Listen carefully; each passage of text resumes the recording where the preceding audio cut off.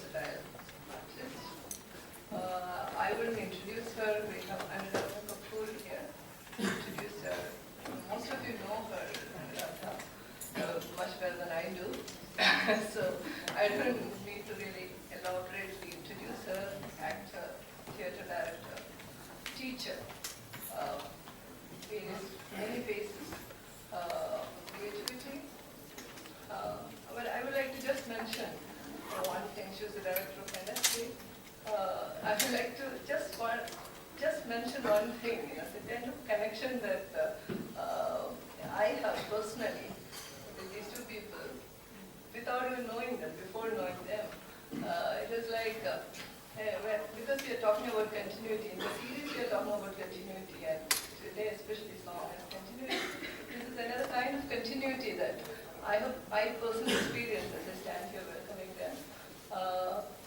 In 2011, when I was in Kerala, teaching at the Central University of Kerala, I was leaving the university, I decided to leave. And the last program, I organized a program there in November 2011. It was called Performance as Narrative. It's a kind of multi-genre program, trying to look at performance as a space, as translocal space, like how do you move from one space to another, one time to another, how performance becomes a paradigm for that. So we were trying to see how in the day's duration, we were trying to bring different types of works, various genres, to understand this rather than making a statement, try to create a day like this. So we had this, I invited Mathusri Datta, the filmmaker, and she brought this film, her documentary film Sundari. This documentary film was based on Anuradha's famous play, Sundari and Active Prepared.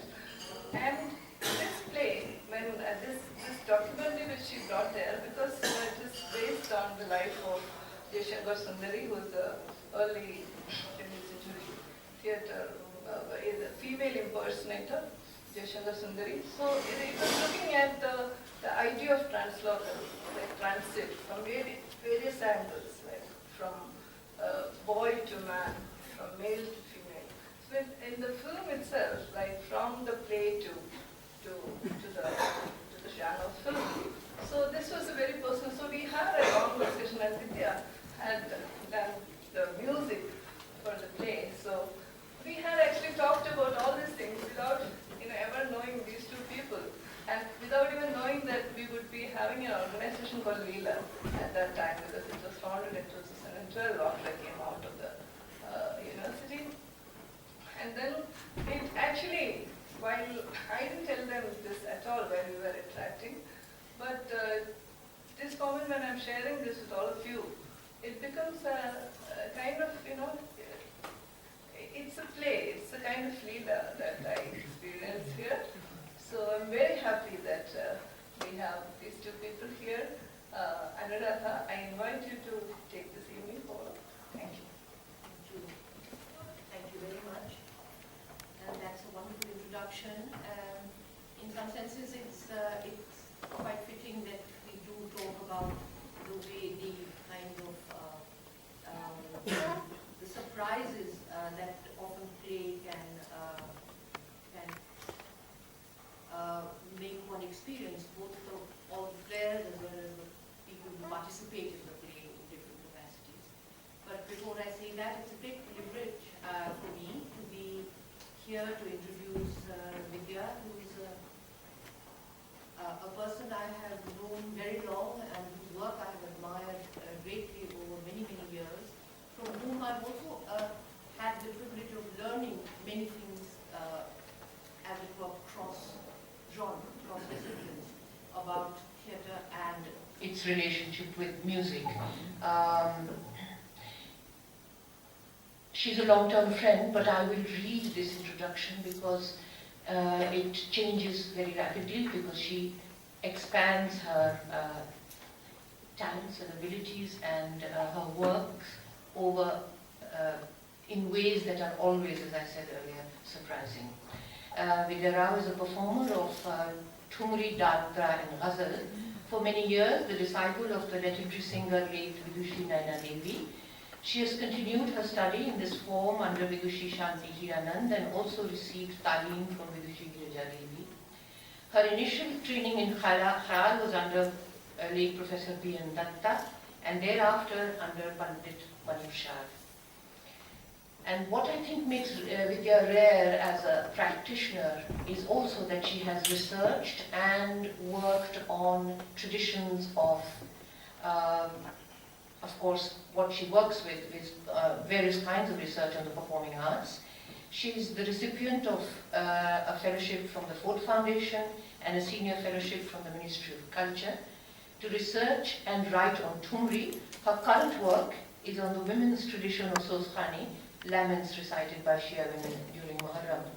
In 2012-13, she received a fellowship to the Institute of Advanced Studies, Nantes, France, to work on this ongoing project. She has taught at Jawaharlal Nehru University and has also been a visiting fellow at the Center for Advanced Studies in Jadavpur. So it is a pleasure to talk with and have had the occasion to talk with a practitioner who's also worked on theories of the way to actually understand practice. And I think that's very special in Vidya's abilities to translate practice into sharing this kind of knowledge with an audience, with friends, with scholars.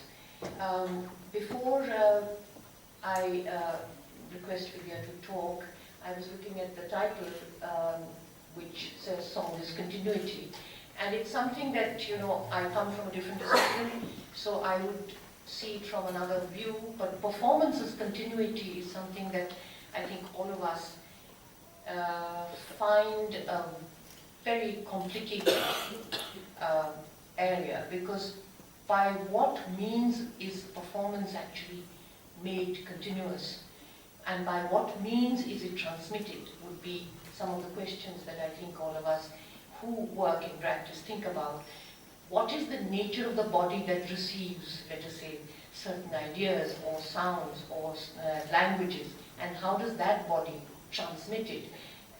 Those are the ways, of course, that things become both different and part of a gharana of various kinds. So I think, in a way, there could be nobody more fitting than Vidya to share these ideas, because, as I said, her practice allows her to think about the way transmission happens and the way knowledge gets into the sensorium in various kinds of manners of experience. Thank you, Vidya, and I invite you to start. Thank you.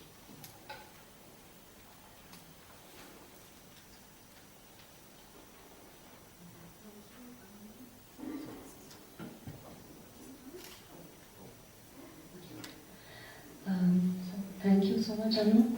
And in some ways, I think I don't need to speak more. I think she said exactly what I would like to say, much more eloquently and beautifully and succinctly than I would ever be able to say. So actually, all we need to do is listen to the music. However, I think I have to do some work. I'd also like to thank the Foundation for Translocal Initiatives. Thank you, Brizio, Sachin, Sam, for inviting me, for your help, also to put all these on the computer. And thank you all for being here, and also to the Center for this space.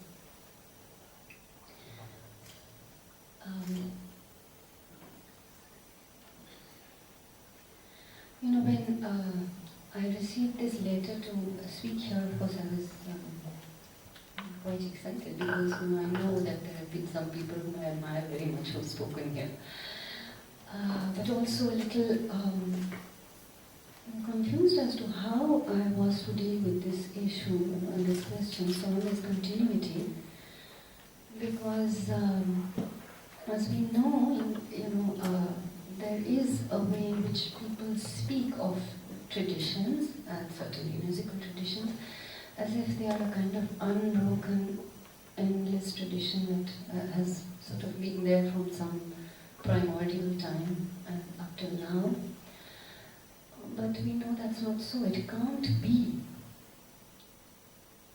I think what I'm going to try and do, and which I hope will emerge from the recordings that I've selected,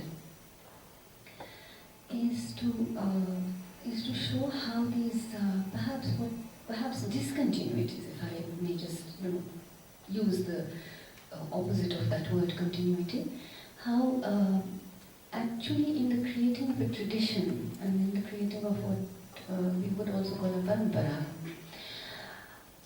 the discontinuities are as much important. The continuities seem to come from very unexpected spaces. It's not a simple kind of one-to-one and absolutely just going down the line. It's much more complex than that. And it seems to me that these traditions of music, whichever they are, which keep changing also, are the result of a kind of discontinuous continuity or continuous discontinuity, whatever you would like to say. So I think mainly I would like actually to say that let's use listening to music and the experience of listening to music and trying to understand the spaces from where it comes, the influences that it shows, the relationships that it has with other singers, other forms, that when we look at that, perhaps we can't see continuity and discontinuity as two separate categories. There's probably, we have to find another word. It is as much the changes, the tangents, the humorous and idiosyncratic interventions that create a tradition. And here I'm reminded of two very lovely sayings that I used to hear from people. And one, I think, as you know, it's often said in India that you should never seek to know the source of a river. It's impossible. And the other, of course, is that you can't stand in the same river twice. And yet, it is the river. But it's constantly flowing, it's constantly moving, it is never the same. So, with that, let me just start with, let's listen to something first. This is Janki Bai, who was also called Janki Bai Chappan Churi, and that thereby hangs another tale, if we want to go into that. She's singing a form called Chaiti. This would have probably been recorded maybe in the 1920s or so.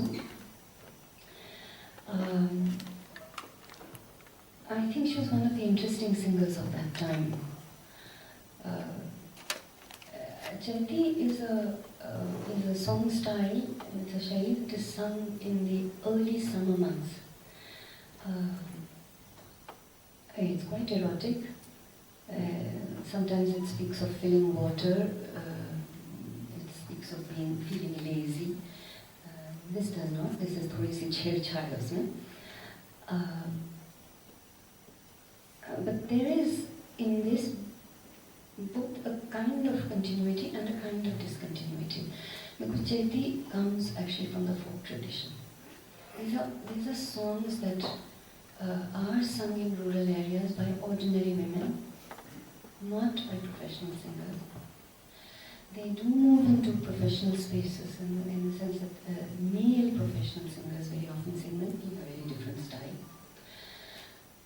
And one space that they moved into in the late 18th, 19th centuries was into the court.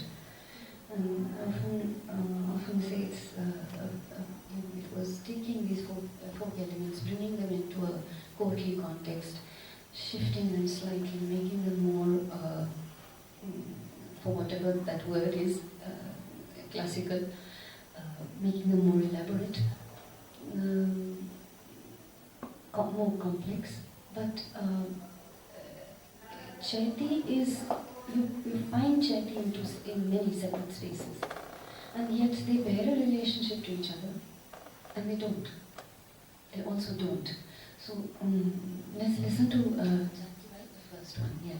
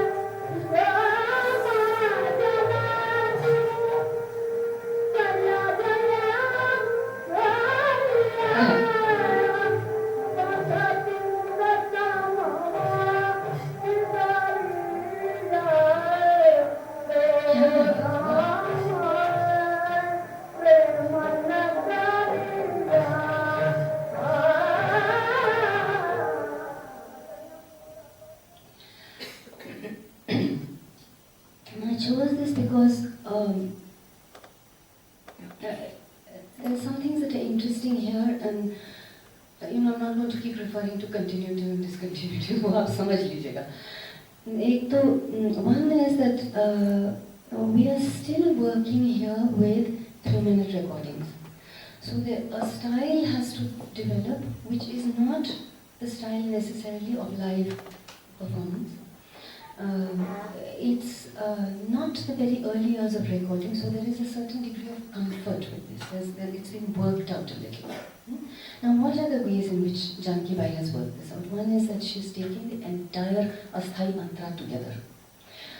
Lekin, even we've already moved from that situation where you still have to use a very loud voice. You have to almost shout into the microphone for the mic to capture it and actually make the recording. But you can see that barikiyan hai usme.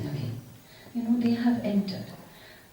So two things have happened. One is I would say, and I think this is an important thing, that there is a degree of comfort. It has become part of the tradition now. It's not something so new that singers are confused or don't yet know how to adjust their song to this, how to work with this situation. They've worked out ways. But at the same time, it's not, the technology permits now, not of course the way it does today, but it does have already a space where these fine nuances can come. And I think you would have noticed that. You would have seen the kind of जो कहते हैं कि ठुमरी की जो बोल बनाव होते हैं, and the voice of thumri, the throw of the voice, the loach of the voice, which would have been much more difficult at an earlier time. And certainly you would not find it so easily in women's folk music, which is more straightforward, sometimes also delightfully besura. But there, very important. Okay? I want to now play another one of Janki Bai, who is somebody I like very much, of those early singers. And this is an interesting thing. In the recording that I have, it's called Majmua.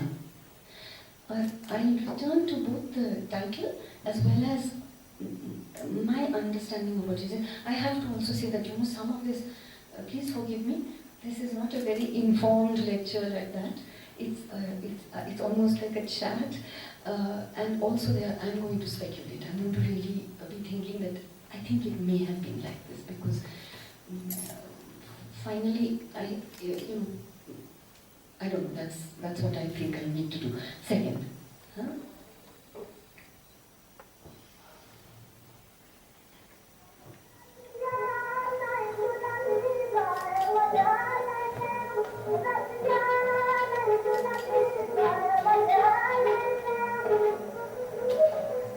क्या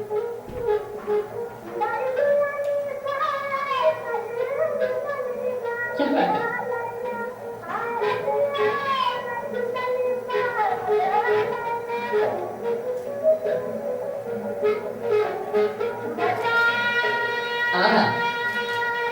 ये आकार सुनिएगा, बाद में इस आकार पे बात करेंगे।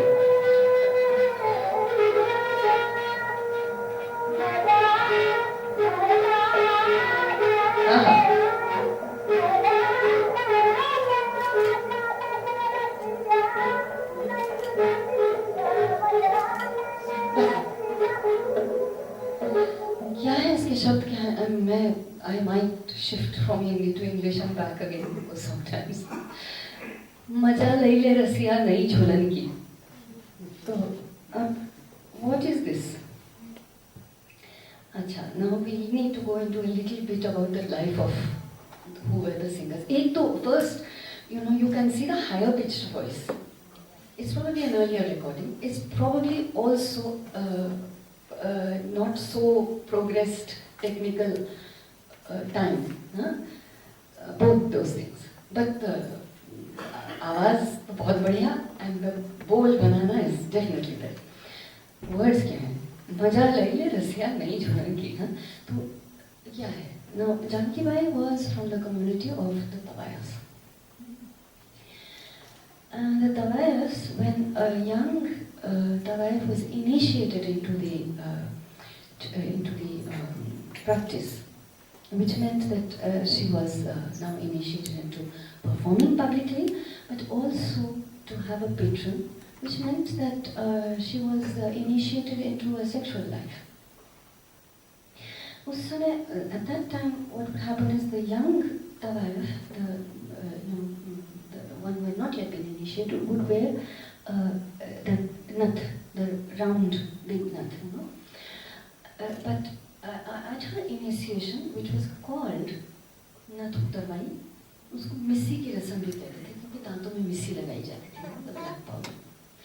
But this nat uttarwai was a significant thing because the patron, who would in a sense sponsor this initiation, would have the right to remove that nut, keep it as a kind of scalp, and give her then this kind of chota long, and that would be the sign of a Tawayaf who was initiated. So and you find that there are songs which make mention of Jhulani. Even now, many songs, but there's a whole lot of songs which are more explicit, and these have kind of dropped out of the repertoire. And this is one of them. I don't think you will hear this. There are some which I used to only hear people mention. I have never heard them. एक है कि तीन पतिया झूलनी, तीन पतिया की झूलनी, but I have never heard it. There was another which, in fact, we used in one of our work that Anu and I, when I worked with Anu, which was interesting because my teacher Naina Devi taught me something, and she said, and it was Mosam Jhule Pritam Pyara Hale Dole Muradiga. And then afterwards she told me, well, actually वैसा नहीं है, लेकिन आजकल वो original नहीं गा सकते हैं, क्यों? उसका एक्चुअली है कि तेरे उठवा पे नथनी झूले गई हाय जिया हाले डोले मोरा जिया. तो ये now why did these drop out? I don't think we need any prizes for guessing. By the 1930s, 1940s, there was a whole way in which we were trying to redefine not just Indian culture, Indian traditions, but Indian music, which of course is very spiritual, has to be seen as highly spiritual, and of course, who is the good Indian woman? Who is the correct Indian woman? While we are talking about the correct Indian woman, I just want to go back one pace again to Janki Bai, who also sang this. Janki Bai was called Chappan Churi because sort of aspiring lover whom she had rejected actually had her attacked, and her face was cut with a knife, and the scars remained. So if there is a continuity, it is that women are not very safe. But so these Nathutavai ki gaane have had kind of dropped out. I think even now I have not really heard. Have you, Irfan? I have not anywhere heard anyone singing it at a performance in public. Acha, an interesting thing in the recording that I have, it's called Majmua. Now this is also an interesting thing. It's not called Nathutavai. Now, why? Majmua means the sum total, huh? The completeness. And it seems to me that this is another way of saying that here is the ये तो बात है. This is the important part. This is the sum total of what being a Tavaif is about. Nathutavai.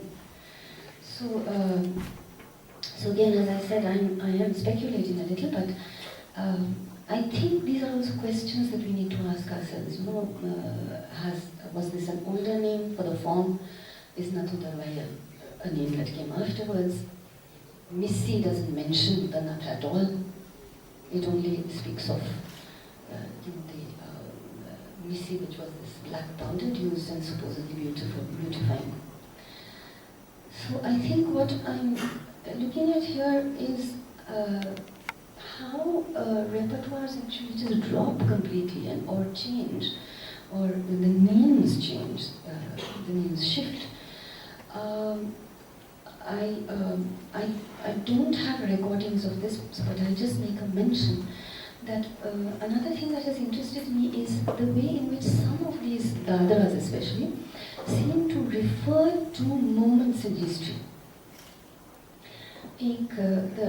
Now, I think we all know that with the permanent revenue settlement and the increasing changes in the agrarian structures of North India, there was this huge impoverishment of small farmers who increasingly had to abandon the land and abandon their homes and migrate, sometimes to Calcutta, sometimes further as indentured labor, but leave.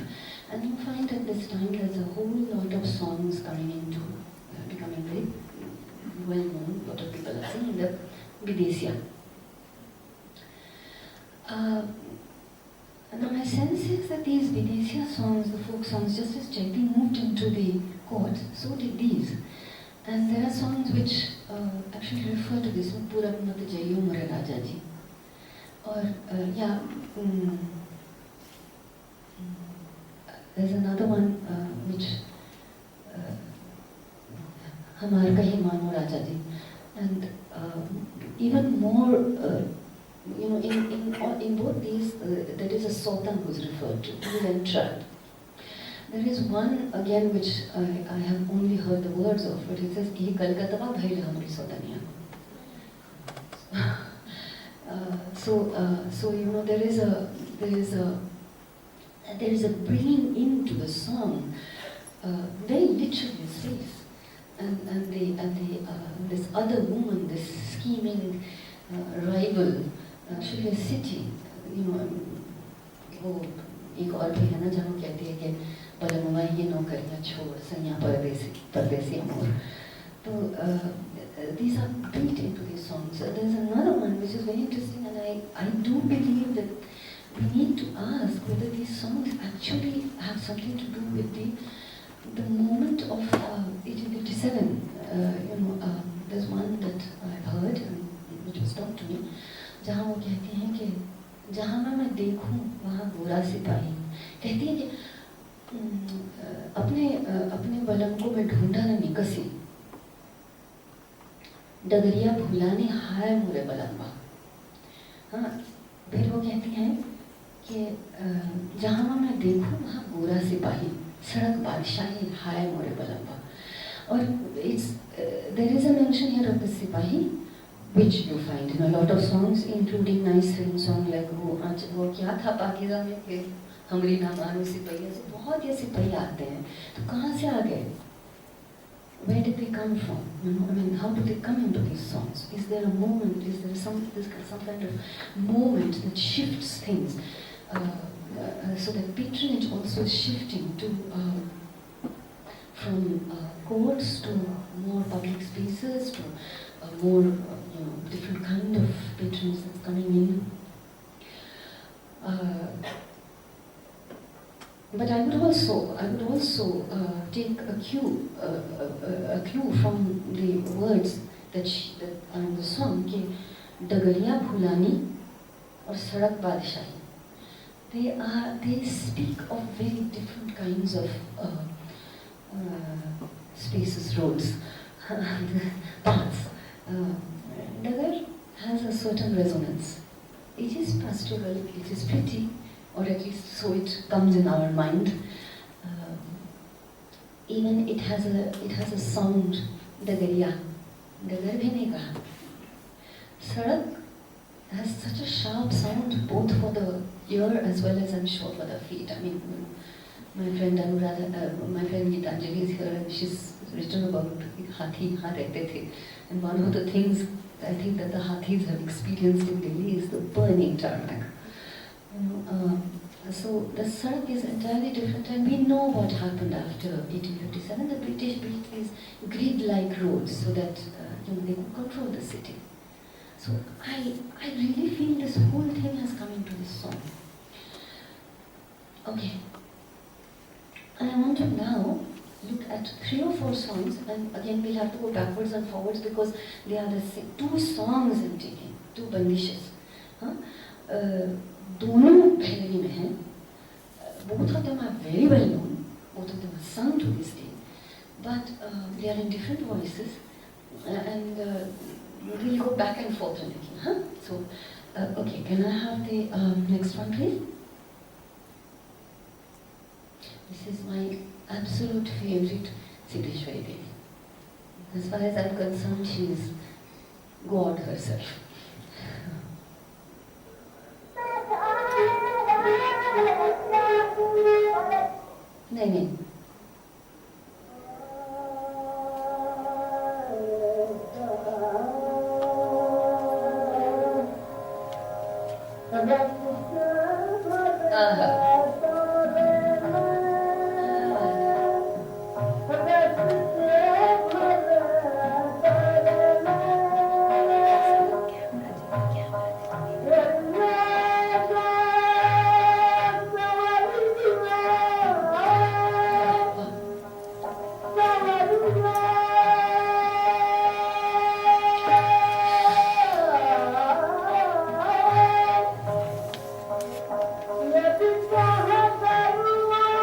नहीं क्या बात है.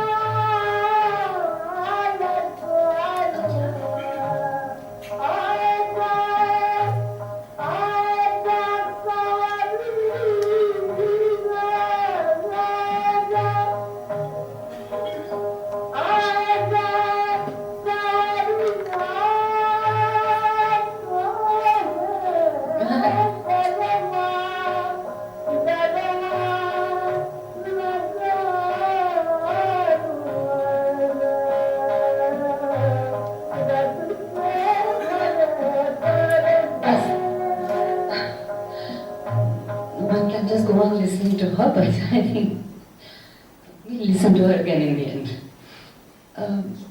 Now you can see how things have changed. One is Siddheshwari Devi is somebody who actually negotiated that shift, and you can see that the way in which the Gariki has changed. I think it was probably her own personality, her own nature, because this is there. People have certain kinds of voices, they have certain kinds of ways of looking at the world, they have certain experiences, they have certain ways in which they need to speak about who they are through their music, and I think we see this in Siddheshwari Devi's music. It is ये नहीं है कि it is not erotic. It carries everything of Thundi within it.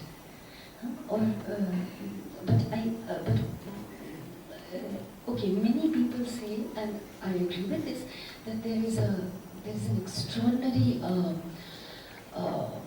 almost transcendental quality also. But I would like to say that with that, it remains also earthy. And we must not forget that, because this is the form. And I think what was extraordinary about the singers of that generation was that they need to survive, they need to pitch the performance so that it met a whole lot of requirements that were very present. I mean, if we know that if we are speaking in another way, we are not going to be heard. They had to survive, yeah? I see this as a fine example of the way in which the pitching of the form has been done. Yes, for many reasons, including I think her own life experiences and her own self, there is a kind of transcendental Lokya bhakti, yes indeed, but also very, very human, very ordinary. You can hear within it her own life, her own pain, her own situation, her fears. What you also hear is, what people now I have heard scholars and other people calling this the mature bol banao karne. Now, what is that? First you have the space and time. We don't know what Malka Jan would have sung in Mehfil because we don't have any record of that. We only have Malka Jan and Janki Bai and things. What we really have only are those 3-minute recordings. So we have to little bit, I think, improvise our thinking. But in the singing of a singer like Siddheshwari Devi, that ease with the situation of recording, of course, is there. I mean, it's now complete ease. And this is very much a part of the situation. The recording allows for extraordinary nuance. And you can hear that. And of course it continues, I mean, more and more. The mics are more sensitive, the recording is more sensitive. But it's not only that. It's ways of using the voice. कान उनकी वो एक तो लोच जिस तरह से देते हैं, and the other thing which I wanted to say was the akar. In Siddheshwari's akar, you hear the perfection of Banaras Anki Pukar. And we will return to this akar because we heard it earlier in Janki Bai. Khada jaise akar, a very strong, straight. Now, I'm not certain. Again, I'm wondering whether this is part of it has to do with the fact that we only have recorded versions which made limitations, but it is different. And we will hear that akar again later, and we'll come back to it.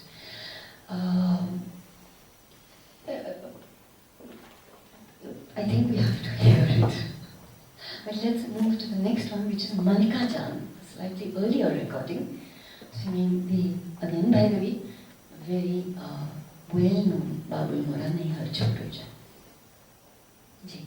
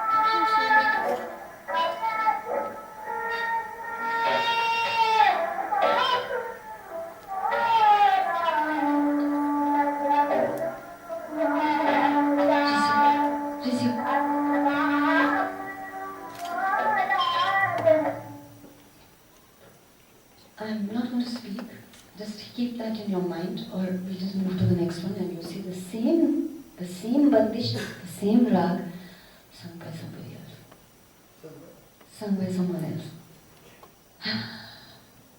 Hanji.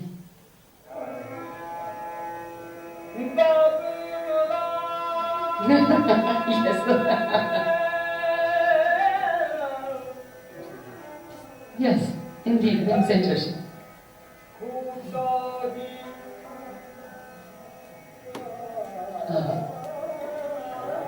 क्या बात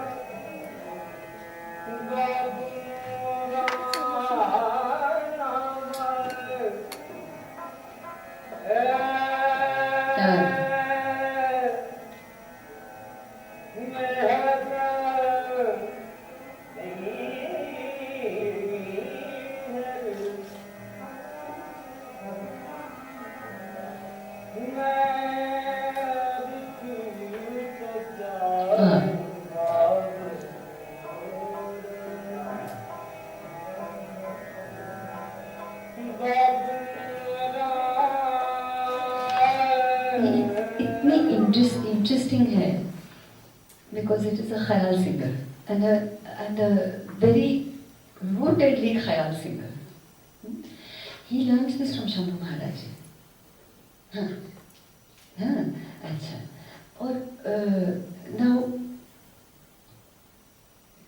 the question one can say it is Thumri and it is also not Thumri. It is Thumri through the lens of khayal. है ना? वो बोल बना तो बहुत बढ़िया है, लेकिन जिस तरह से ठुमरी में सिर्फ सुरों का खेल नहीं होता, लेकिन कि कौन से बोल को किस तरह से बढ़ाओगे, that is also very much a part of it. Now, look, this is not saying it's not good. It is wonderful. It's just that it's different because. And this is what Thumri is also attacked about, that they give too much importance to the words. They do. जैसे ही राग को develop करते हैं, जैसे ही बंदिश को आगे बढ़ाते हैं, उसकी बढ़त होती है, उसी तरह से the poetry and the words are also what shall I say, expanded and moved into other spaces and things. This is differently done by him. It's not the way a Thumri singer would do it. It's beautiful, but it's different. We go back to Raske Bhare Purane. Geja Devi ji. Yes, the next one. It's just that these two bandishes sound so differently by different people.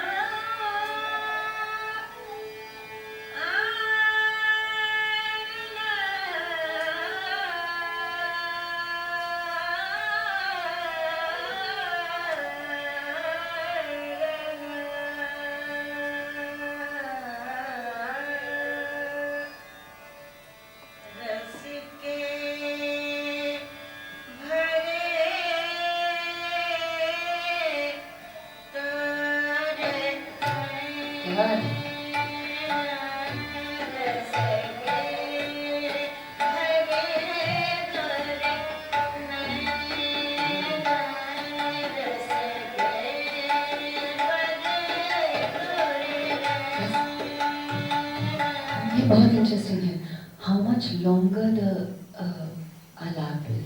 बिल्कुल जैसे ही और चार होती है उस तरह से है.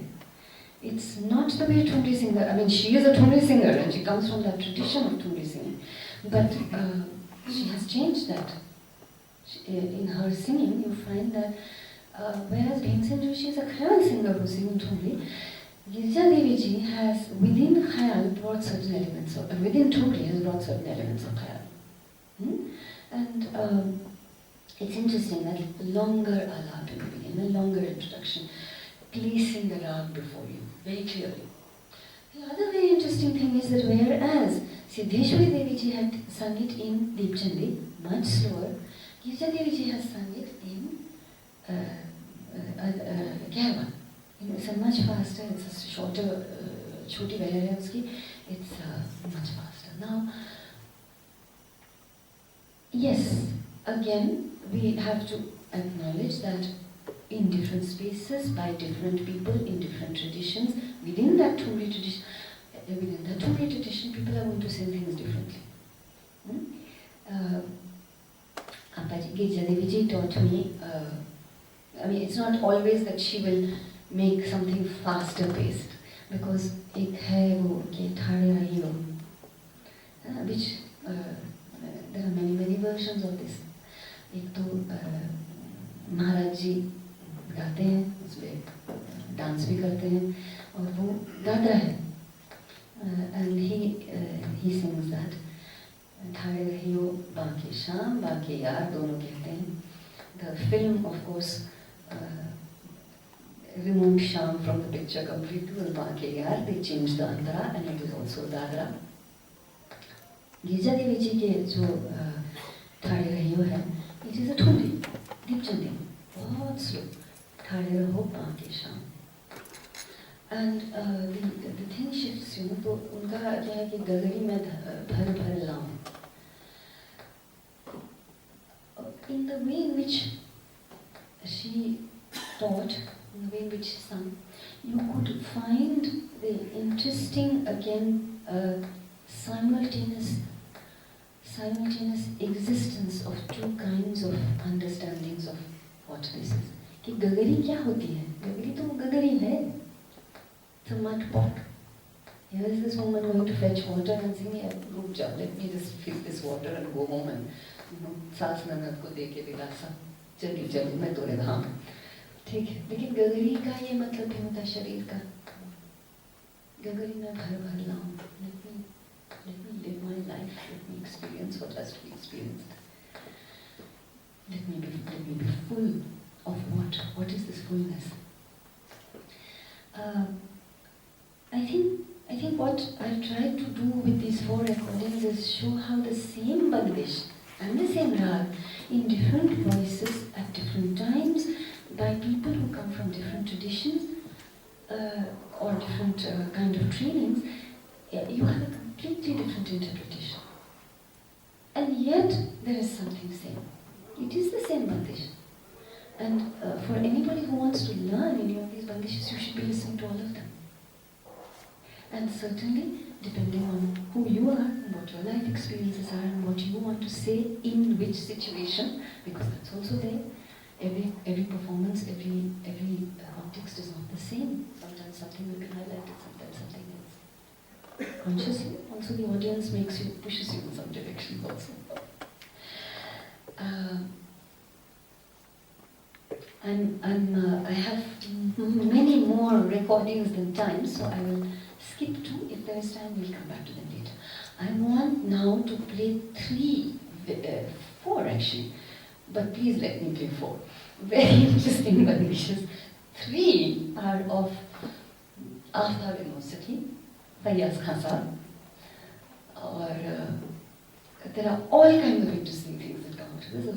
The 4th one is by a younger singer and a later singer of the same gharana, Sharafat Khan Sahab, singing the same bandish which Fayyaz Khan has sung. Fayyaz Khan की मैं जो 3 recordings सुनाऊंगी, एक bandish की है, and the next 2 are of the same bandish, and Sharafat Khan Sahab की वही bandish की. तो पहले वाली bandish आप गौर कीजिए आकार किस तरह से देते हैं, and we'll just talk about a little of that. Sorry, you'll have to skip 2. What is that? No, somebody is this. You'll have to skip 2. You'll have to skip 2. 8 and 9 skip kar dijiye. We'll come back to them later if necessary. 10, yeah.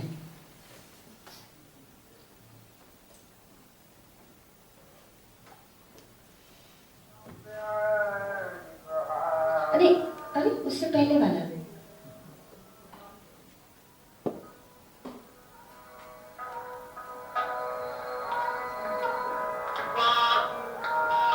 हाँ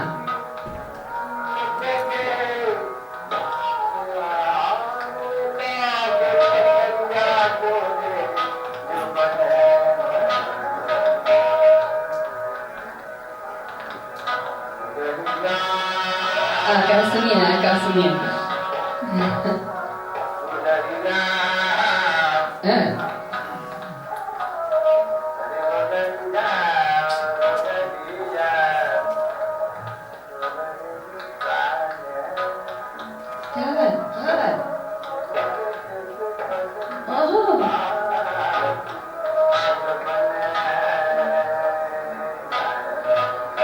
देखो कितनी अच्छी तरह से he keeps shifting his own mood, the mood he's creating, and then he shifts it. He does something very, delicate, थोड़ी सी lodge, and then immediately goes into this very broad akar.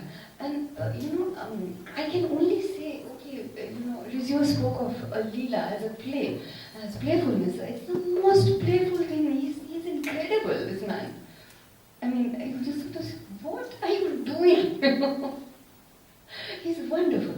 आकार देखिए कितनी खड़ी आकार उनकी हाँ. Now there's something very interesting about this आकार, and again very speculative. So the way he's taking this आकार, and if I can't play so many recordings, but I heard this in recording after recording of his. कभी-कभी क्या होता है कि उनके शागिर्द जो पीछे बैठ के तानपुरा बजा रहे हैं और संगत कर रहे हैं ना, साथ दे रहे हैं, vocal support. They hold this आकार and he sings against that. Now I really, it made me jump when I heard this. I said, what is this man doing? Thumri गा रहे हैं और इस तरह से गा रहे हैं और ये आकार एक तो खुद उस तरह की आकार ले रहे हैं. Then actually he doesn't need to do it. By now recording techniques are perfect and this is probably live recording and all that. But there is something else. Sometimes his companies take that akar and he's singing against it. For me, it brings a memory, and that is the memory of the Gharanadar Ustads when they sing Soz Marsiya. उस समय क्या होता है कि they are not supposed to use any instruments because these are laments. So it's a time of mourning, so they don't sing. So it's very complex. The bandishes that they sing, which are laments for the martyrs of Karbala, they are extremely complex bandishes. The Gharanadar Ustadon ki jo style hai. Women's style is more like folk music. But Tanpura kuch nahi unke liye. They are not allowed to use anything. So these young boys of the Gharana, they sit there and create a human Tanpura with the voice. Aakar lekar.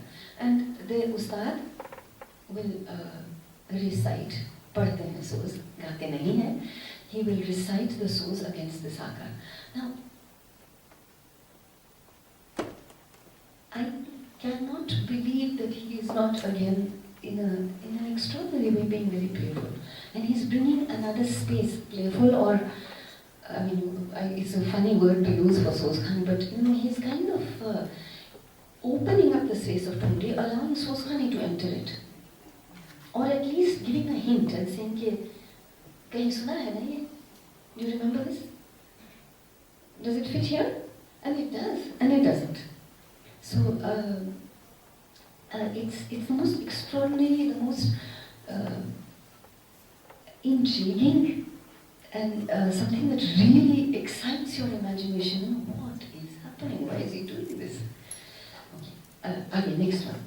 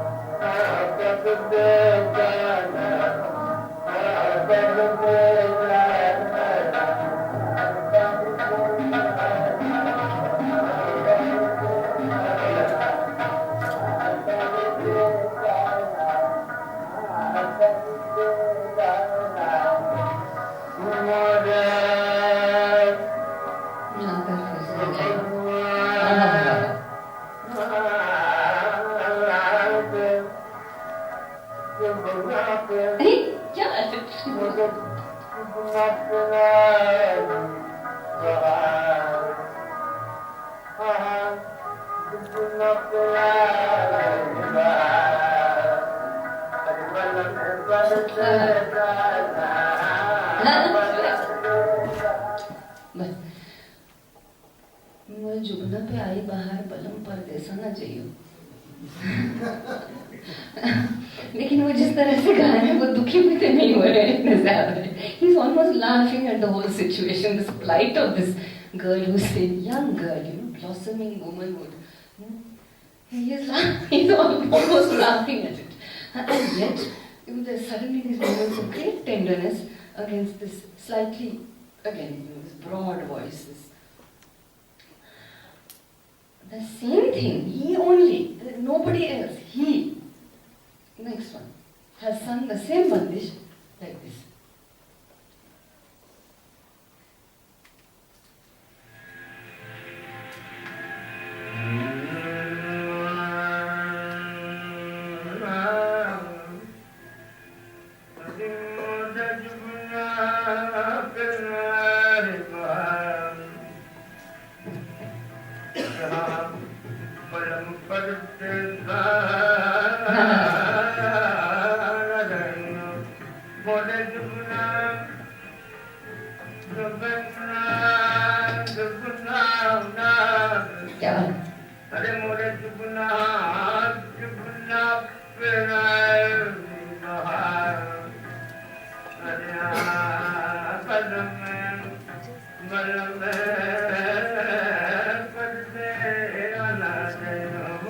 वही चीज है, गायक भी वही है, लेकिन इसमें इतना टप्पांग भर दिया है. And obviously it is just a difference of the context. He sang that somewhere else, he sang this somewhere else. I once heard NCPN recording है, Balendra singing this wonderful Dhani ki bandish, Krishna Murari. बिनती करत कर हरी, चूड़ियाँ करगी बंगरी मुरगी, छतियाँ धरगी, लाज न आए तुम्हें. अच्छा, इस तरह से बंदिश, बहुत प्यारी बंदिश, ठुमरी है बंदिश की ठुमरी, तीन ताले में. He has sung it in 3 ways. Those 3 recordings are sitting in NCPA, so please go and listen. एक में बिल्कुल ठुमरी अंग से गाया है, एक में बिल्कुल ख्याल अंग से गाया है, और एक में डेफिनेटली थिएटर अंग से. He has sung the same bandish in 3 different ways. It's extraordinary. Now, here, all I can say is, yes, it's the same river, but he's not standing in it. He can't stand in it twice. He's just doing it differently each time. And obviously, it's depending on something. अपना mood भी है, context भी है, कहाँ गा रहे हैं, किस वजह से गा रहे हैं, क्या चाहिए उनको.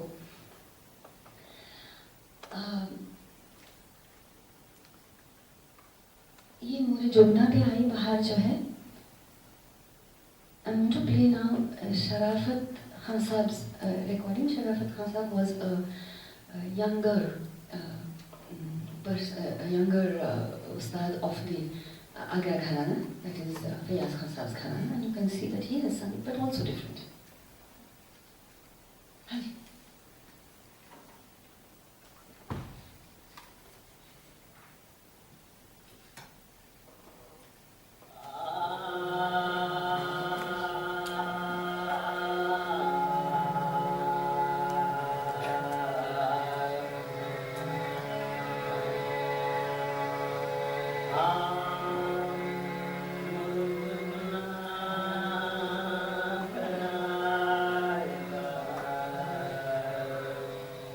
देखा?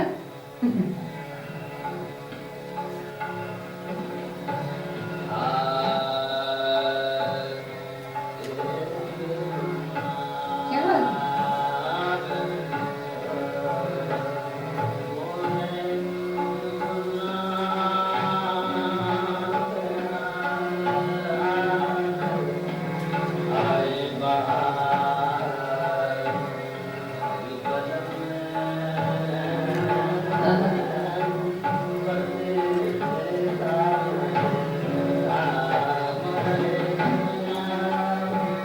You can see elements of Fayaz Khan गायकी here, you know. वो जिस तरह से ले रहे हैं, थोड़ा बीच बीच में टप्पा भी आ रहा है, कहाँ पॉज होती है उनकी, किस तरह से आकार लेते हैं. There is a similarity. There is, you can see that. You can see the transmission of a घराने की tradition, but it's his. It's separate. It's different. One of the differences is that it's slowed down. उसकी pacing अलग है. It's the same. Everything is the same, but he's paced it differently, and somehow, in a sense, I kind of get this feeling that he has shifted it more away from Thumri, you know, into a kind of bandish ki jagah. And it's intriguing, you know, you wonder, was this only in this particular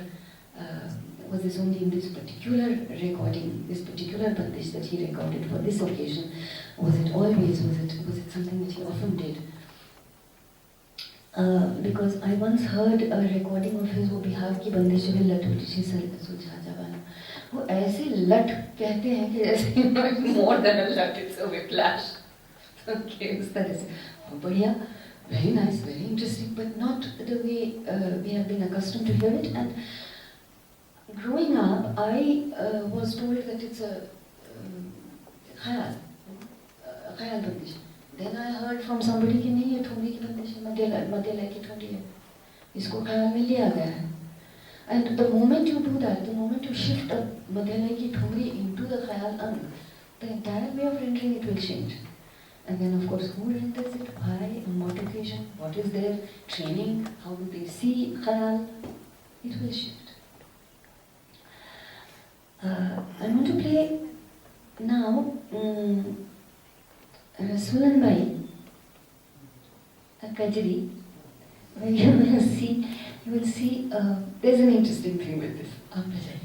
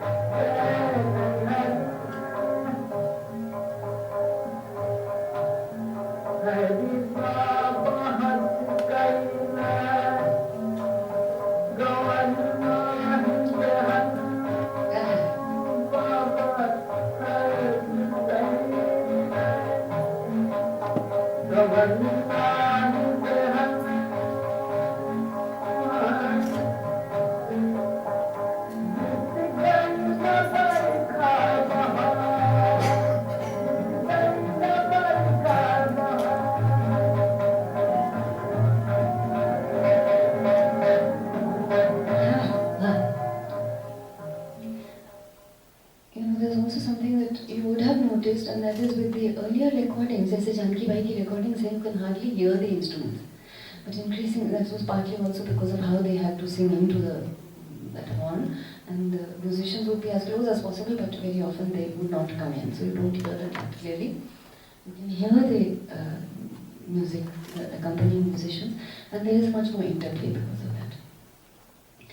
Now, little bit of an apocryphal thing, but I think important in this situation. This Naina ji my guru, once told me, she said, कभी कोई cassette सुन के गाना नहीं सीखना. She said, वो होता नहीं है, बनती नहीं है, सीना बसीना सीखना चाहिए, and so on, and which is true. I mean, this is what all singers would say. But then she also said there's a very important reason for this. She said, Rasulan भाई का खास कभी नहीं सीखना. She said, क्योंकि वो हमेशा बदल देती थी, ताकि किसी को पता नहीं चले क्या. इसमें फिर भी वो सम उसी जगह आ रही है जैसे हमको बताया गया था, वो है. लेकिन एक छोटी बात उन्होंने चेंज करी, जहाँ जैसे नैना जी ने भी मुझे ये बताया, गिरजा देवी जी ने भी मुझे ये बताया कि तरसैल जियारा हमारे घर में, नॉट तरसत जियारा. तो अब्बा जी ने, गिरजा देवी जी ने ऐसे कहा कि ऐसा है कि तरसत जियारा माने अभी तरस रहा है, तरसैल जियारा में कब से तरस रहा है और तरसता जाएगा. There is no end to that. Shahid Amin told me that there is some recording that he located somewhere which was taken by some British person from some village. Usme there is a recording of somebody probably singing very straight and probably a little flat also, जिसमें तरसैल है. Now, बहुत लोग तरसते जियारा हमारे कहते हैं. You know, it's not a big issue. I mean, it's a matter of a little bit of time of how much you are suffering.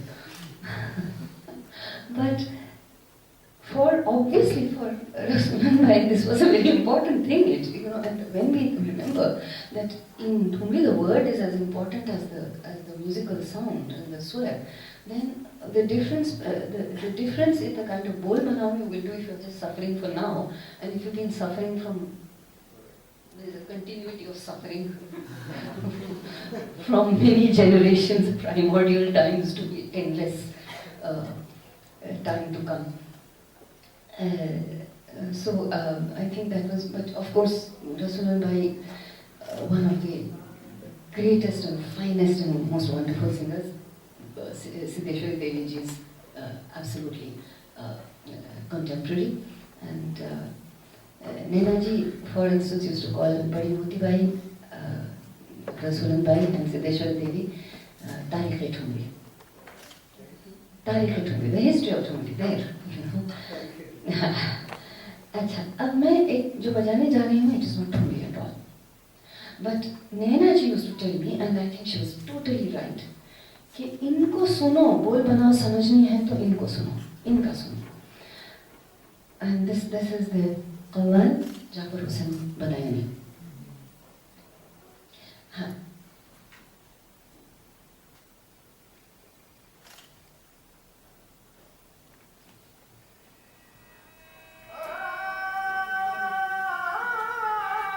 पुकार, बिल्कुल ढूंढे की पुकार.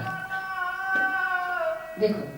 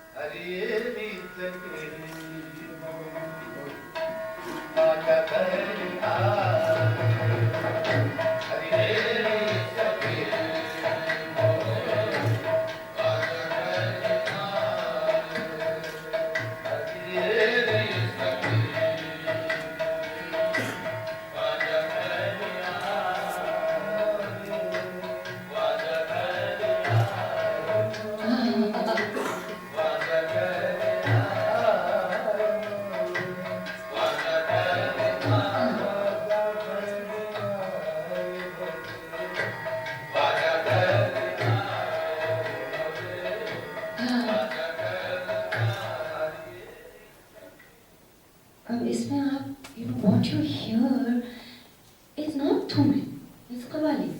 But so many things are so important for a Thumri singer to understand. One is, how do you use girah, verses, which don't belong to the main part of the text. This is something that is shared by Thumri and Qawwali. And also folk music. But for now, let's stay with Tumika. The other thing is the way in which he is playing with an identity. हरियाला बनना, राज दुलारा बनना, कौन है ये बनना? आखिर में वो आके बताते हैं हमको ख्वाजा बनना. And I think that there's something again which for me is very important, and that is that if people say, as they have tended to do increasingly from the 1930s, 1940s, that the lyrics of Thumri, yes, they are romantic, yes, they are erotic, but they are a metaphor for the spiritual. Okay, let's accept that for the moment. In that case, Qawwali is also doing that. And I would like to say that I would like to say that for this reason, and also just listening to these people, the way they sing, I will not make a hierarchy of these. I will not make a hierarchy of the desires of the body and the aspirations of whatever we don't know, which is called the soul. They are simultaneous, they are there together. I don't think we need to shy away from either. I think if we are in this world and rooted in this world, we don't need to be embarrassed about having yearnings for some unknown understandings, and the other way around. I mean, they are there together. And you hear this so extraordinarily in both these forms. Okay, but then you hear the way in which he takes the akar, which is like exactly like the Thumri ki Pukar. It's not a khada akar. It comes like a wave, and there's that extraordinary longing in it. When you don't have to. Raghav Menon used to say about Siddheshwari. He said, वो गाने की जरूरत नहीं थी. बस वो एक स्वर लेती थी, एक शब्द या बस पिया कह दिया और बस वहीं पे everything was contained in that. That's because वहीं पे your soul was full. I mean, it's another matter, of course, that people want to go on hearing and hearing and hearing. But this is it. That just that one little pukar, one little movement, it just fills your being. The whole thing is contained in that. The way of taking the bowl and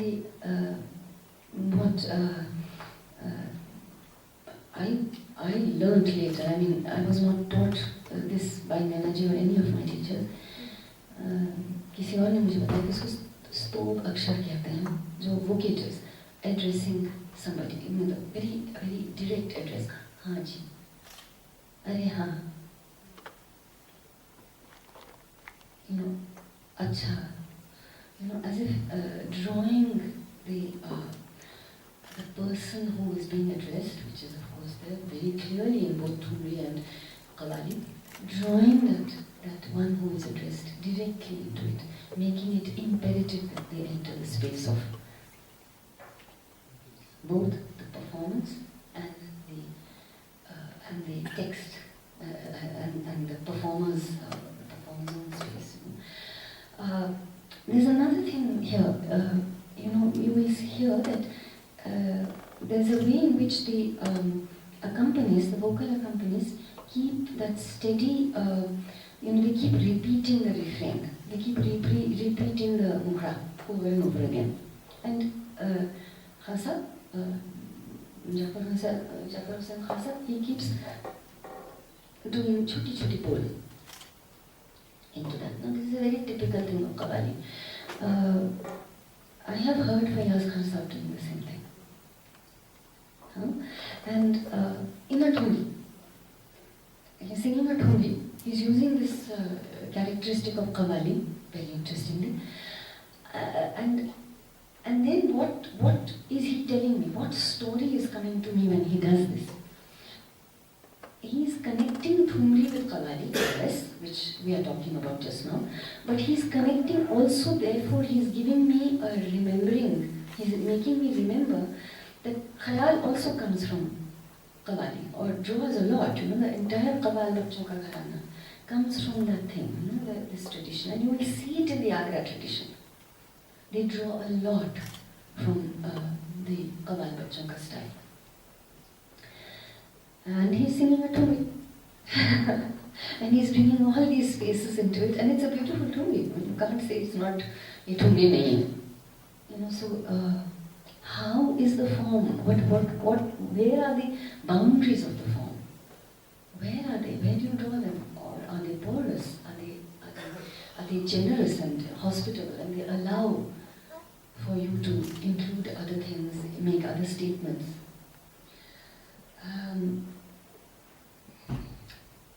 I want to play. Do we have time for 2 more or 1 more? 1 more? Okay. So then we'll just listen to Rasul and Bayu again. Let's go to the last one.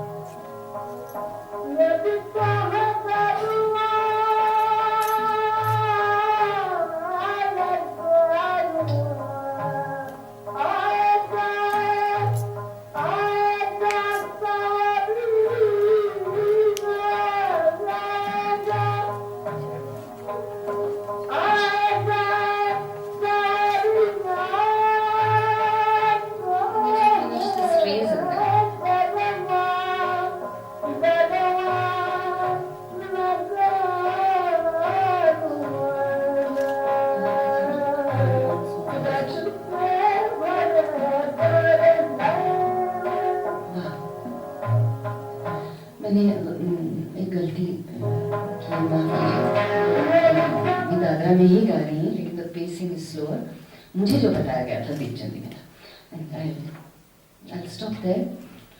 Though I would really like to listen much more, but we'll stop.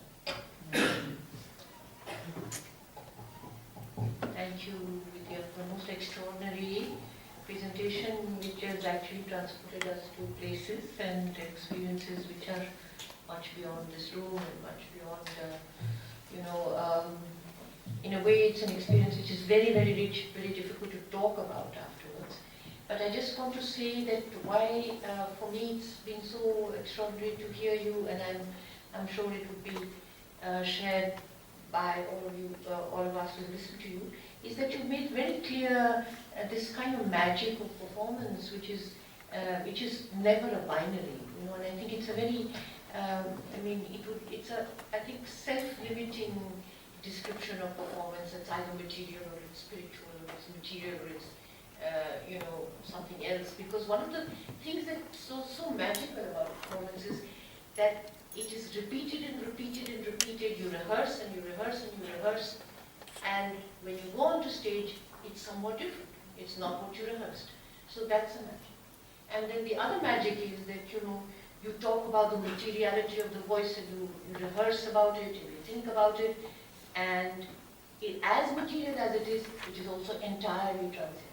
So these wonderful things about performance, which seem to me to say all the time that it's never a binary. It's like it's either along with, but also something. So it's along with something, but it is also, but also. So these magical things that you brought out in front and for us to share is the magic on some senses of performance, of the body that creates the performance, and the body that is so wonderfully and thankfully susceptible to things around it, right? Whether it's the audience, whether it's lights, whether it's season, whether it's cold or hot, so wonderfully susceptible, because if it weren't, I think the magic that you pointed out and it was so eloquently put in front of us wouldn't be there. I won't take any more time. I would request any thoughts, questions to be shared after this extraordinary presentation.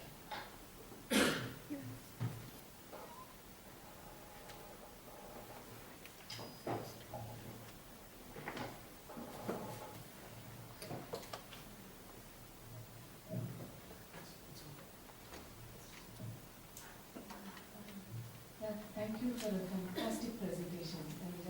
And I don't really have questions, but maybe a couple of observations. And what is absolutely fascinating, apart from your scholarship and your own performance history that really comes through when you speak, I think you're really introducing a methodology of analysis which is lacking in this country quite significantly. And despite large numbers of people having written about performance itself in terms of reviews after people perform and so on, but I think what I hear you say is quite extraordinary in terms of generating a methodology for understanding music. I think I'm thankful, really thankful for doing this. And the second thing is, I think that again it's a method of analysis that is rooted in performance, and this is what Anuradha was saying as well. And this is something that allows us to actually contrast different systems as well. So when you move from a musical performance which is live, a whole range of musical performances which are live, say from folk, on what one might call folk, however problematic a category like folk might be, a folk performance which perhaps is more spontaneous and expressive of life situations than something that is formally performed.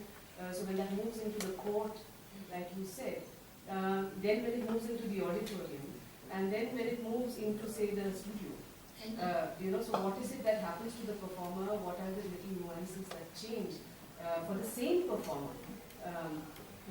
Again, I think that's really beautifully brought out by the way in which you put it. So,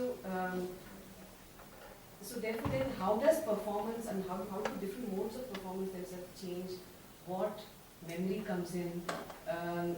What life experience comes in, and what training comes in, and what is being camouflaged, what is being revealed in these tiny little ways. I think these are all really wonderful to think about.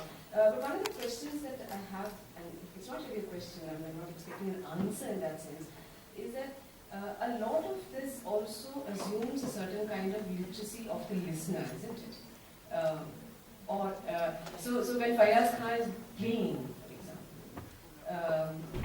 example, he's also responding to an audience. The audience is also responding, like we were all responding to the little nuances. So there is that literacy which seems to be inherent in the listener as well and the audience, which then also shapes what the performer is doing. What would be your thoughts on something like that? Yes, you're absolutely right. I will start with a little, a little concern. When we say that the audience also has to be literate, I think we should say this very carefully. Only because, Amila, then sometimes people might say, you have to know music. We don't, we can only listen to something called popular music or something. So I think that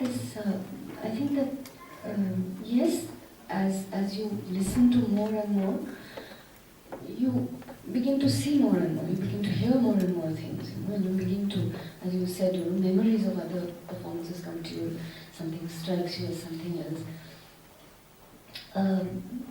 And I think there are many ways in which, for instance, now we are thinking of doing this. Maybe there were other times. But this is one of the ways when we can share. I do think that, yes, it crosses boundaries of disciplines also.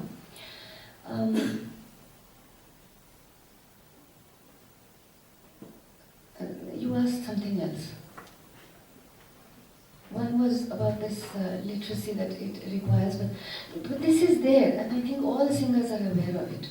Because one time I asked, Nanaji was going to sing somewhere, and I said, please sing this, because she was teaching it to me. She said, oh, honey, something, So, she's not going to waste it. And another time, there was a Tawaif from when I was learning something, Rajasthan ki. So मुझे एक चीज़ बताई कि म्हारा आली जाजी आप रोने नारी प्रीत लागे।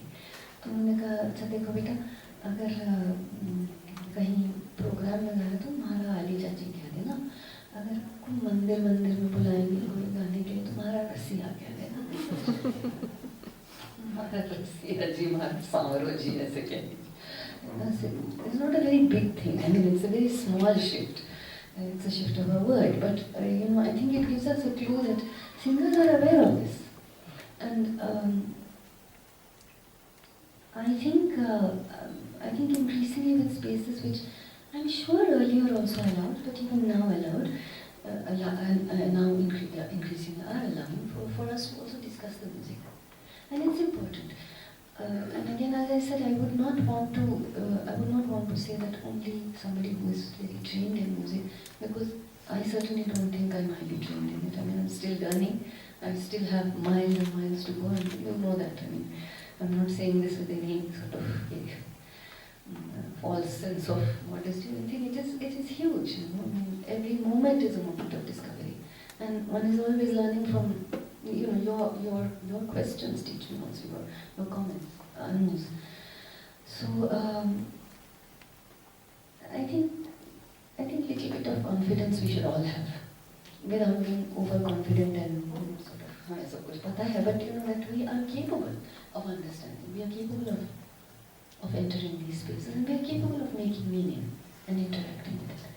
And I would certainly like to see that.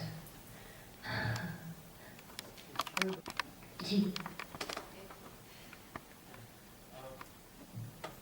I just have a few points, but I'll try to be very, very brief with all of them. One is the entire Chappal Chori story. And I just want to point out that story has continuity as well, because there is an alternate version of that story that she's supposed to have slayed 56 lovers.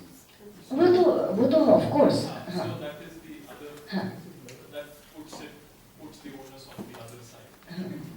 Majmua you talked of. Majmua is also thought of as a set of several broken pieces, which are not complete in themselves, and together they bring about a kind of continuity.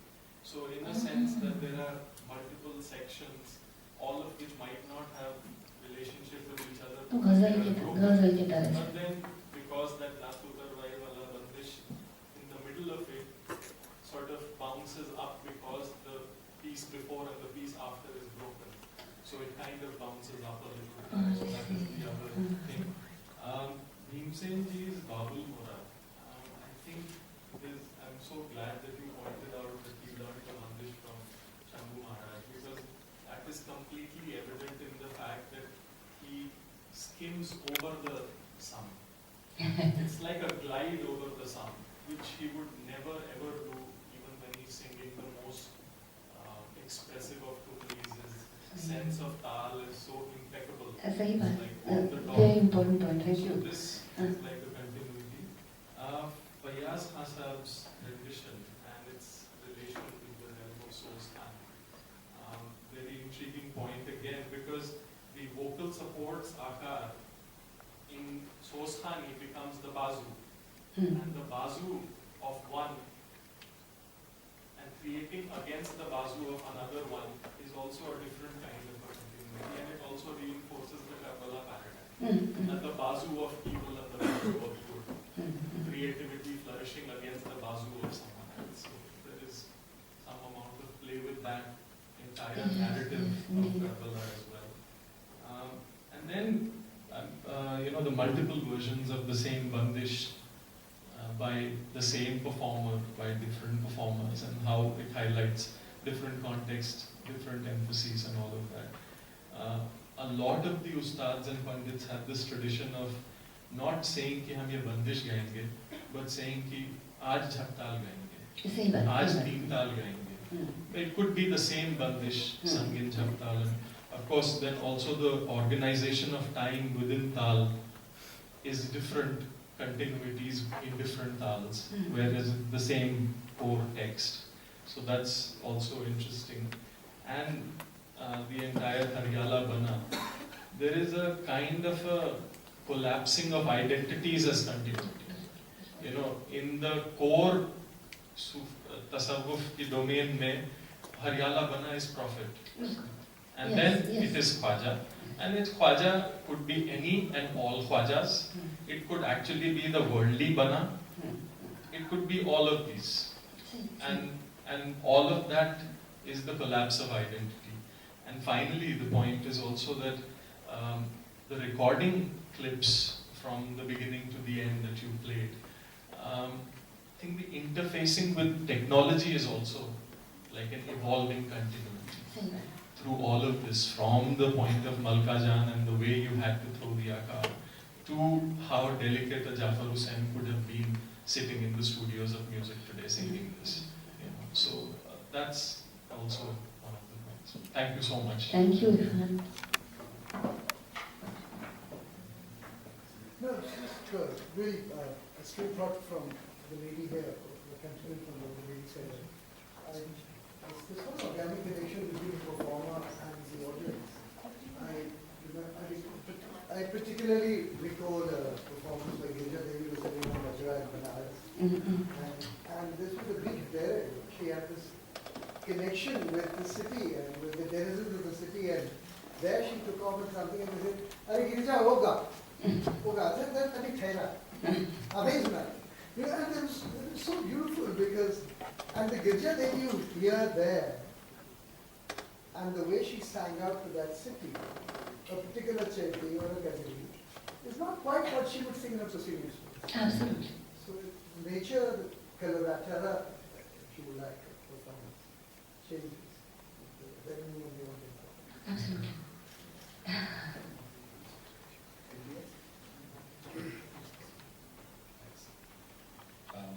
Thank you, Vidya. That was delightful. And I don't have anything to, no question, but जो नई नई ताज़ी मेरी दिमाग में चीज़ें उतरी हैं, I just want to share those things. Because we've heard all these pieces in isolation, but एकदम इकट्ठा एक साथ सुनने से, मतलब I realized the spaces that they were trying to evoke so clearly. ये चीज़ एक छोटे बंद कमरे के लिए है, और ये चीज़ बड़ी जगह के लिए है, और ये बड़े पैमाने के लिए गाने के लिए है. It was amazing how those spaces, like you know, the voice was bouncing off the walls and saying, "Ball kitni dur hai?" Literally, it was so evocative, it was so clear. So that is one, and then you can see, you know, how this space has become more and more less intimate, or less closed, so to speak. But the other thing that was very interesting for me was that Thumri Padam, basically it's a baatcheet. It's a conversation. You know, it's a conversation, and there is a, in a conversation, there is a skill, there's a confidence, and there's a anxiety. भैया बातचीत चलती रहनी चाहिए, बात बंद नहीं होनी चाहिए. That anxiety of Thumri, which I love, there's a, the चप्पलपन जो है इसका कि बात नहीं बंद होनी चाहिए, because बात बंद होगी तो धंधा बंद हो गया. You know, धंधा बंद हो गया. Literally, धंधा बंद नहीं करना, बात चलाना है. And suddenly you see that, you know, that anxiety of that bar cheap is beginning to evaporate. There's a kind of confidence coming in. कि अब बात तो करनी ही है, सुनाना ही है. You know, I mean, I saw that shift very clearly. कि अब बात करने की बात का सुनाना है.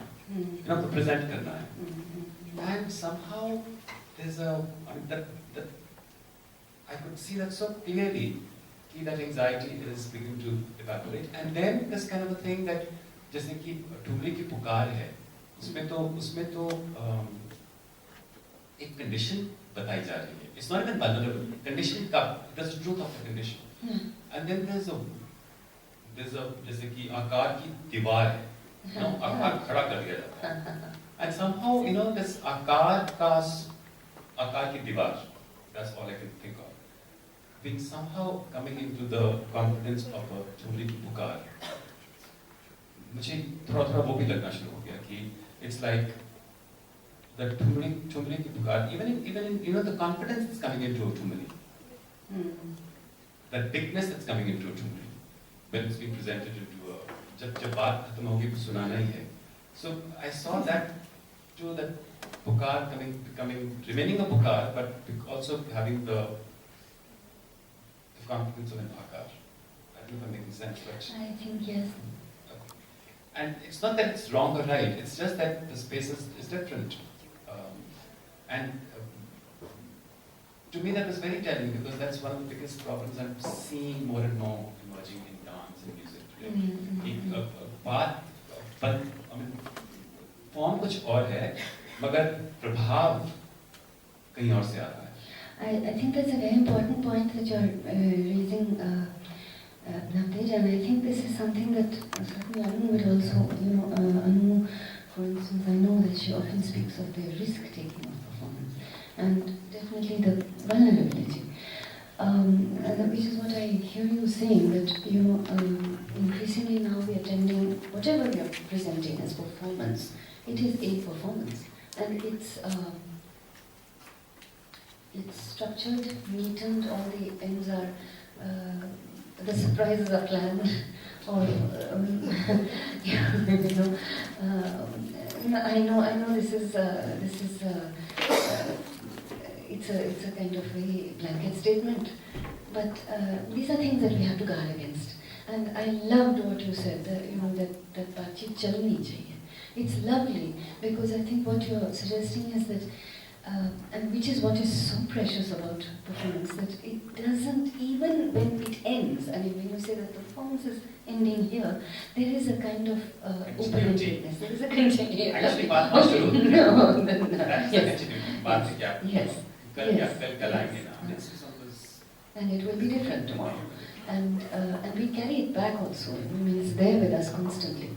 So I think that's a very important point. And I think again, Angela, to return to this issue that you said about music literacy, I think these are aspects that we forget.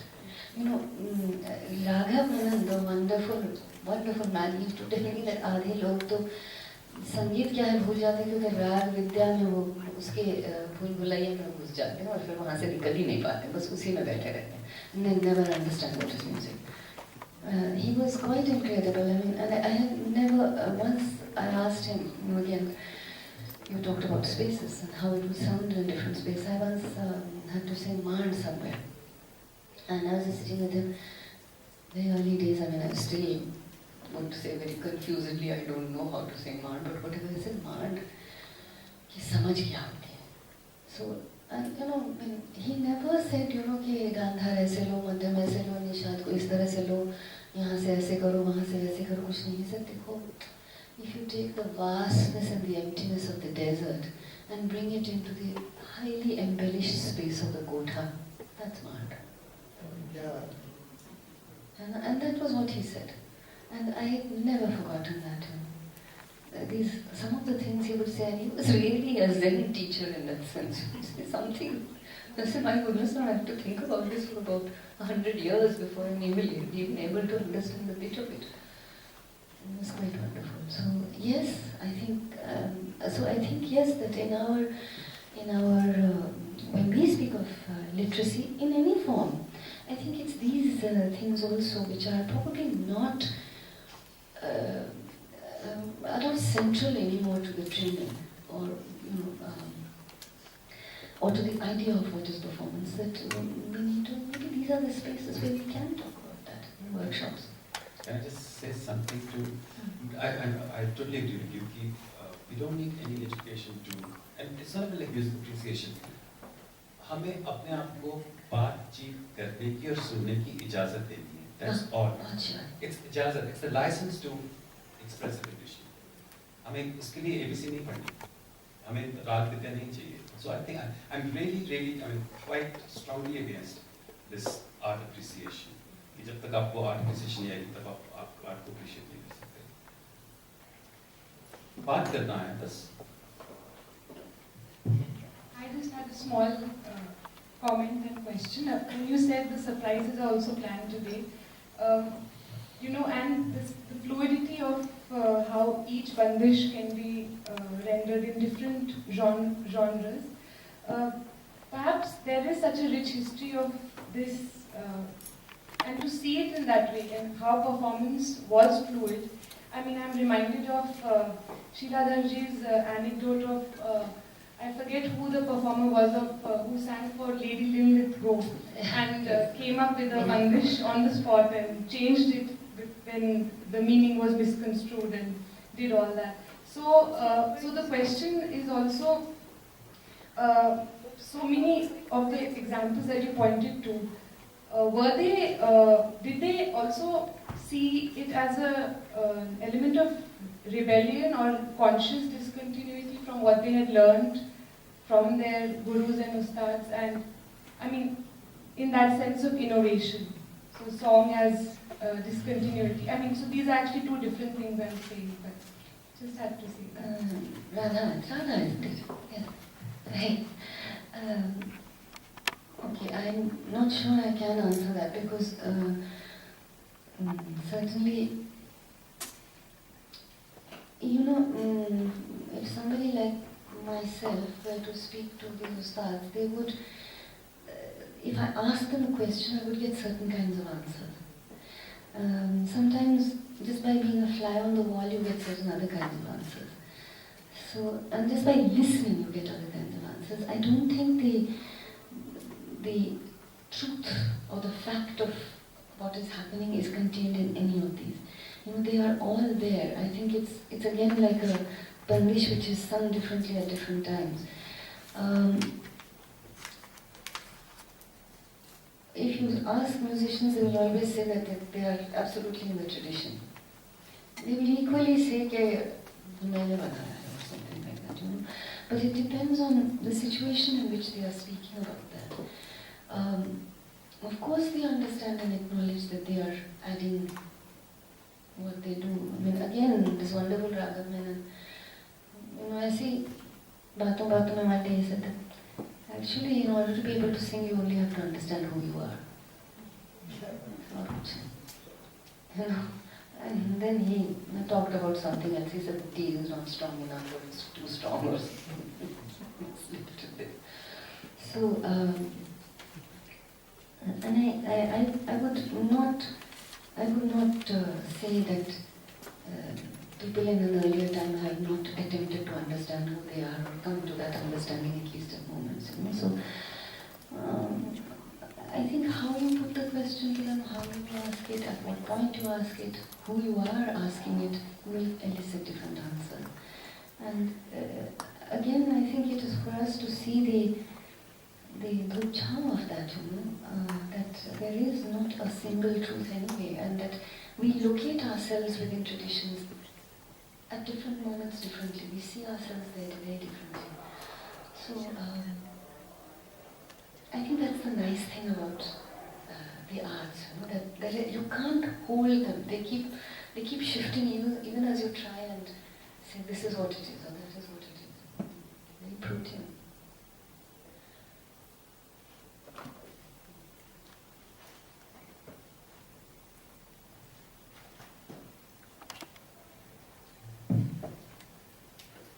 I would like to say something about the Soma's discontinuity, continuity aspect.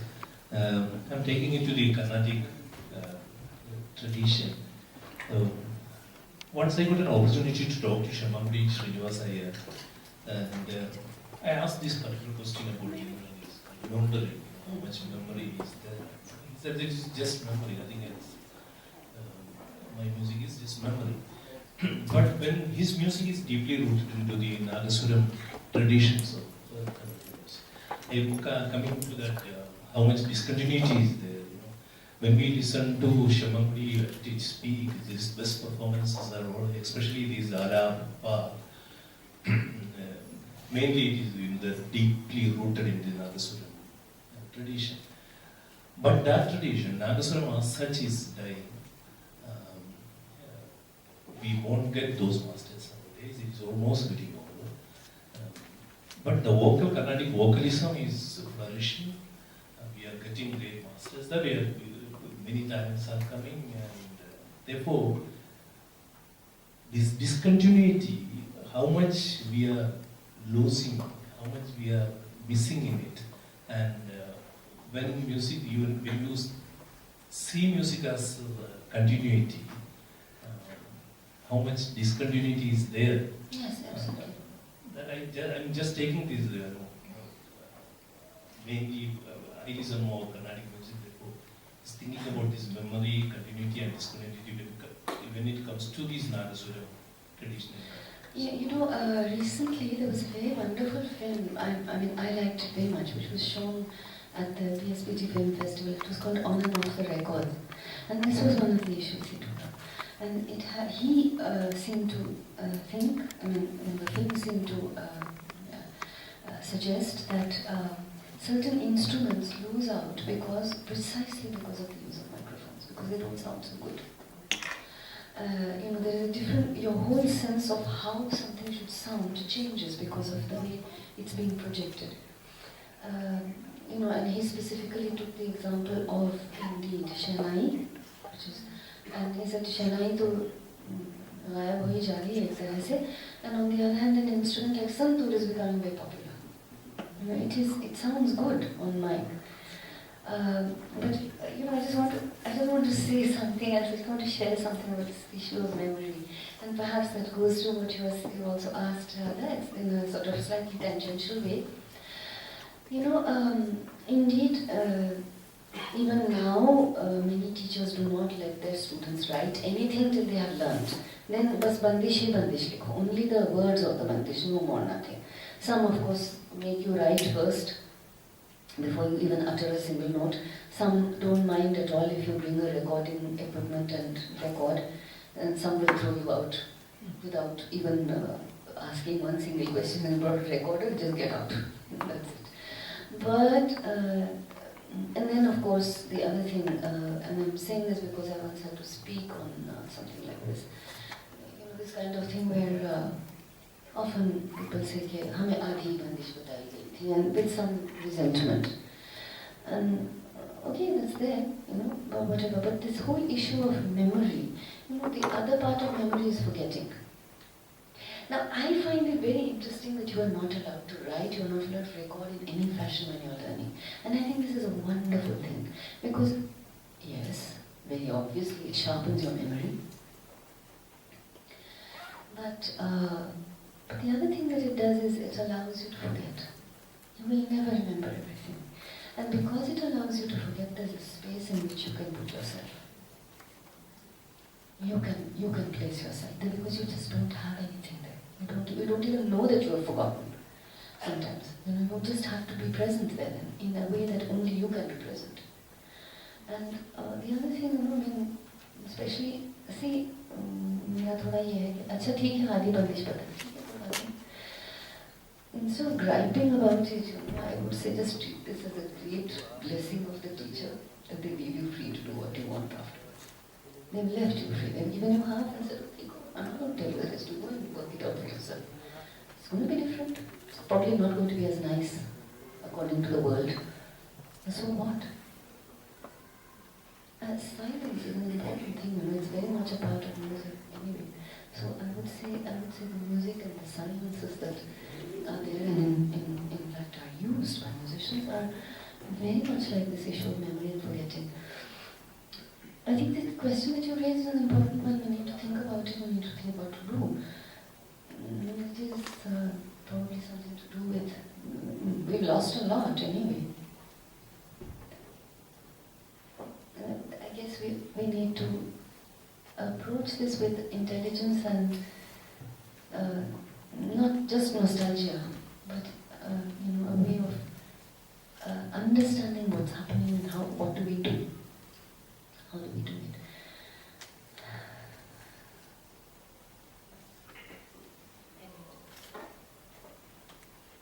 If I might use my privilege for half a second, which is that something that the last conversation really brought, I think, for me as something so important, is to recognize, as you say, memory and forgetting and attempting a tradition, as it were, to carry it on. But you know, I think we really have to understand that at the center of this, we would have to recognize that the body is an archive of a completely different kind. It's not going to be an archive which can replicate.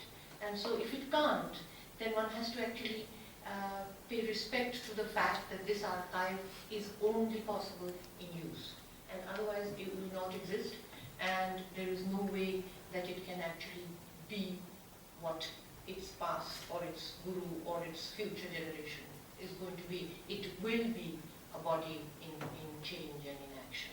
So I mean, in a way, bringing this up, it makes one feel very grateful that we are in a performance that we all are practitioners of one kind or another of performance when we talk, and in which the body is central, and that's where memory resides, and that's where it is somehow presented to the world to share.